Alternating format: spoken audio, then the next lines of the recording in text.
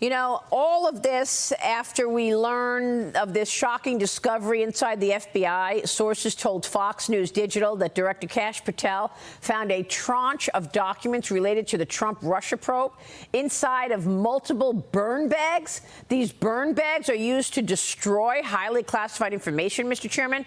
I spoke with John Ratcliffe, the CIA director, on Sunday, and I mentioned this, in fact, during this whole Russia probe, which, of course, the CIA and the FBI were trying to stop President Trump.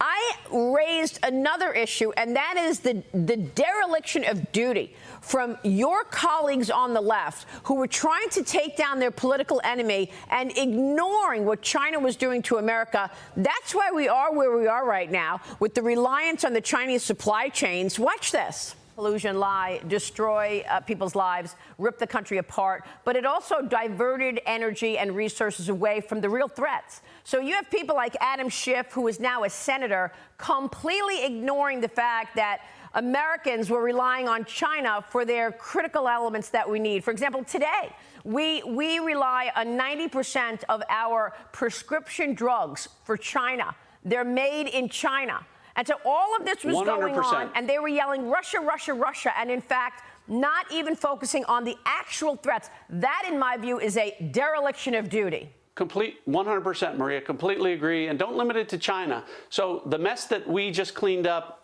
the Trump administration cleaned up with regard to Iran and its pursuit of a nuclear weapon, what's happening in Ukraine with Russia that we've inherited, and of course, our greatest geopolitical threat, China.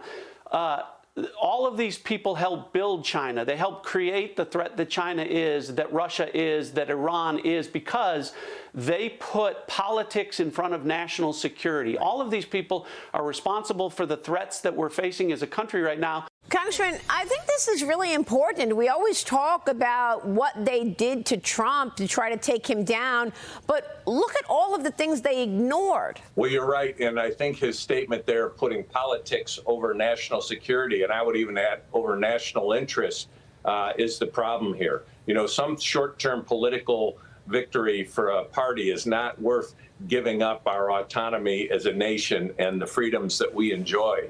And that's one of the things we work very hard at on our select committee, is to try and work as much as we can in a bipartisan way that looks at America's national interest.